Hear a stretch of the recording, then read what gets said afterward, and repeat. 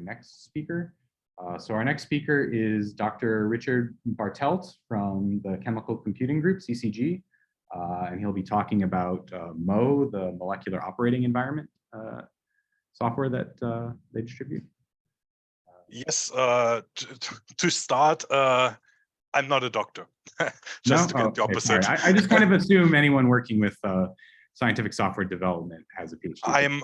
I'm one of the few people in my company who doesn't. Anyway, as you said, thank you for the introduction. I'm going to talk about our interface to MOPAC. So I'm with the Chemical Computing Group. Our product is the Molecular Operating Environment, MOE. And I will start with a short introduction in what MOE actually is. Do you see this overlay here? Yes, yes. Okay, how do I get rid of this? Oh, wait. Oh, the zoom overlay? No, we're seeing the slide. The zoom overlay is invisible to people watching. Okay, great. Okay. So MOE is not a tool that is specialized in QM, but it's a common platform for diverse research groups.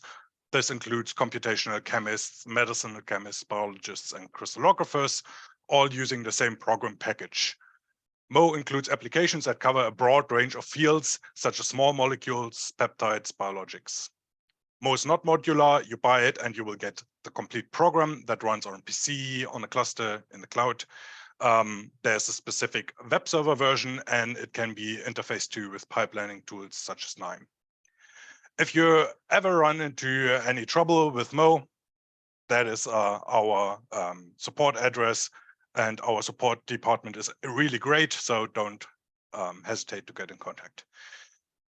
As mentioned, MOE contains various applications for structure and fragment-based design, ligand-based design, cheminformatics, biologics, and interfaces to third-party programs, including QM programs. To assess the potential energy of conformations of molecules, most applications such as energy minimization, docking, protein design, etc., use force field-based methods, and most default force field is EMBER EHT, where the amino acids and nucleic acids are parameterized using EMBER. Ligands are parameterized with an enhanced version of the generalized EMBER force field, and delocalized portions of ligands are sometimes poorly described by this force field. So for these parts of the molecules, we use external theory to calculate fractional bond orders, charges, and so on to derive force field parameters.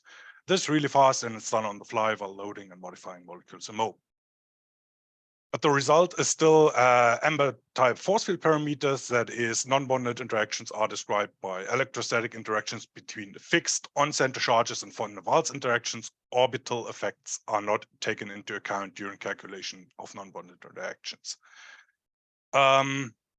Because a good description of some systems may require taking these orbital effects into account, or involve the change of connectivity or hybridization, we have interfaces to third-party QM engines. This includes Gaussian, GAMESS, and last but not least, MOPAC. Until now, we shipped the old public domain version of MOPAC with MOE and provided an interface to the new version of MOPAC. For our upcoming release, we plan to ship the current version of MOPAC thanks to the new release under the LGPL. This, in my opinion, is a very big step forward for many of our more casual users who now have the power of the new version of MOPAC available out of the box. Our QM interfaces are a plugin system, which is extendable with other QM engines and new functionality, and they all follow the same framework, which is shown here in the schematic. To the left, we have the user interface. MOE gives the user the means to prepare the input structure, determine formal charges if not specified, add missing hydrogens, and all this stuff. The MOE user sets up the application as desired, which includes the option to enable QM calculations, may change a few QM specific settings, and then just press run. MOE automatically generates the input files for the QM calculation based on the selection options, and the application generates the keywords and the atomic coordinates. There is an HPC framework in MOE that allows to quickly distribute the calculations on workload managers such as LUMO and SGE. This allows for easy parallelization of the jobs, and optionally, you can run it in the cloud. The QM engine then does the actual calculation. This may be started locally directly from MO by clicking a single button, or distributing it via the HPC framework I just mentioned, or just creating the input files and then manually distribute and run the calculations however you like. Once the calculation is done, the output is passed by MO and the relevant data is important and can imported and can be visualized and analyzed by the user. In case of direct execution from MO, what the user sees is basically limited to two panels. The setup panel, where they select the QM engine, the method or basis set, and some more options like MOSIME.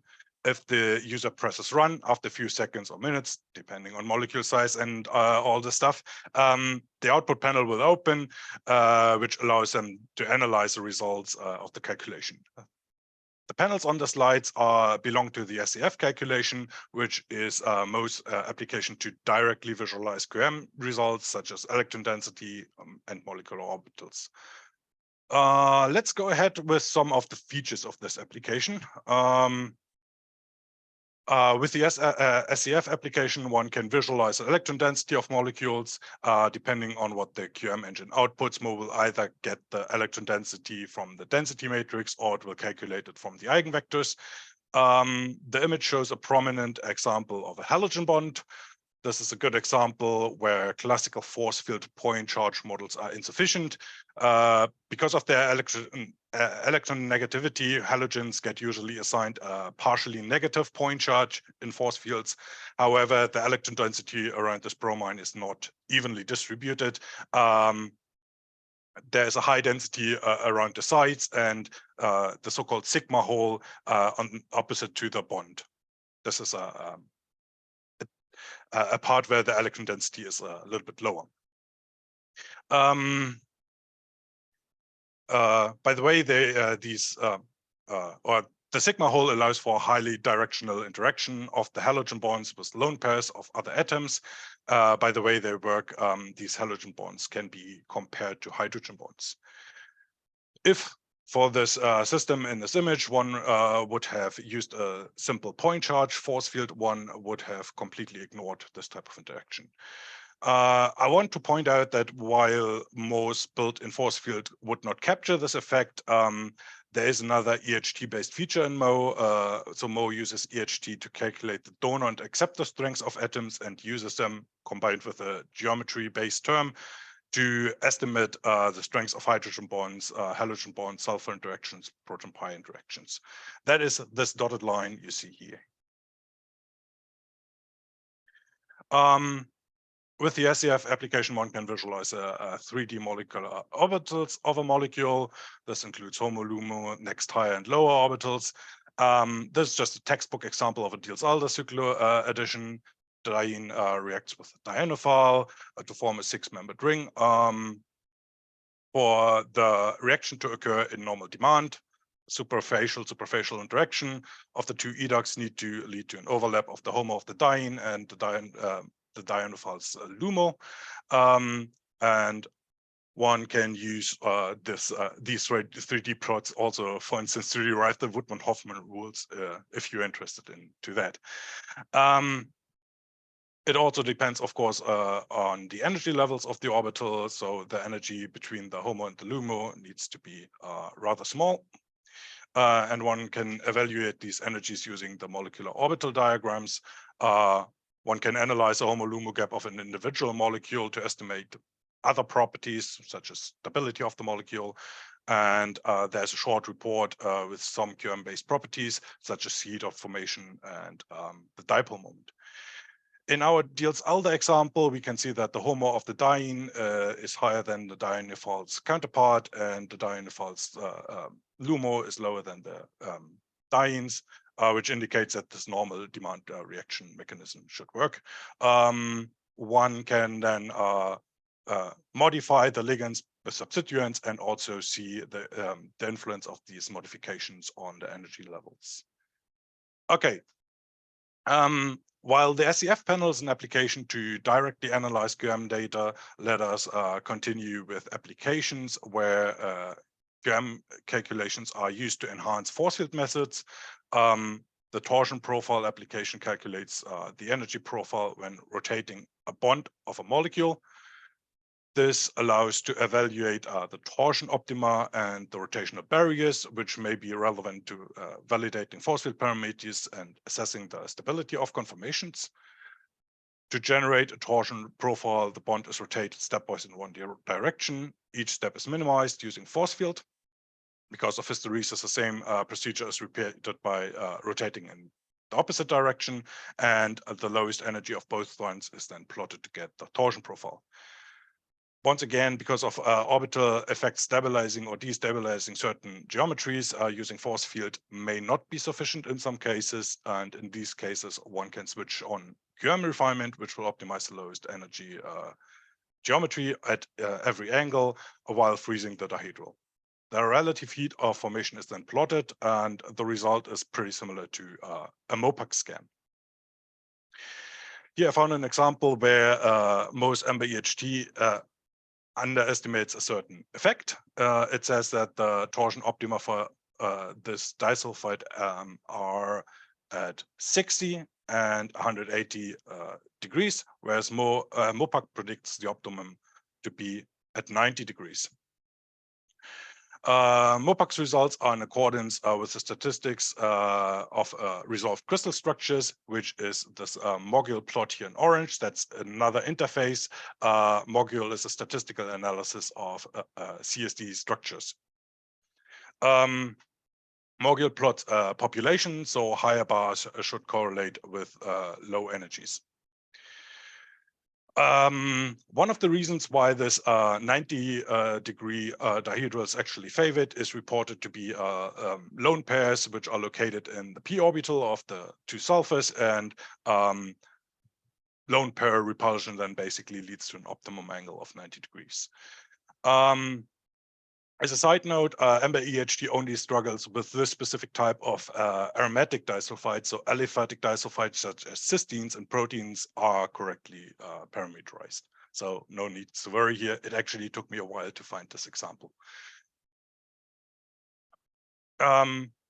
Let's talk about molecular descriptors. So molecular descriptors in MO are a way to describe a molecule with a set of scalar numbers that reflect their physical-chemical properties. A simple descriptor might be molecular mass. A combination of these descriptors can be used to generate models that predict other properties or the activity against a specific target. With the emergence of machine learning, more and more descriptors can be meaningfully used to generate these models. MO ships with roughly 500 molecular descriptors, and a dozen of those are MOPAC derived, such as dipole moment, heat of formation, energy of the HOMO and LUMO. Last but not least, MOPAC in MO can be used to calculate partial charges. While this is not a very sophisticated application, we just rip out basically the charges from the output file of MOPAC.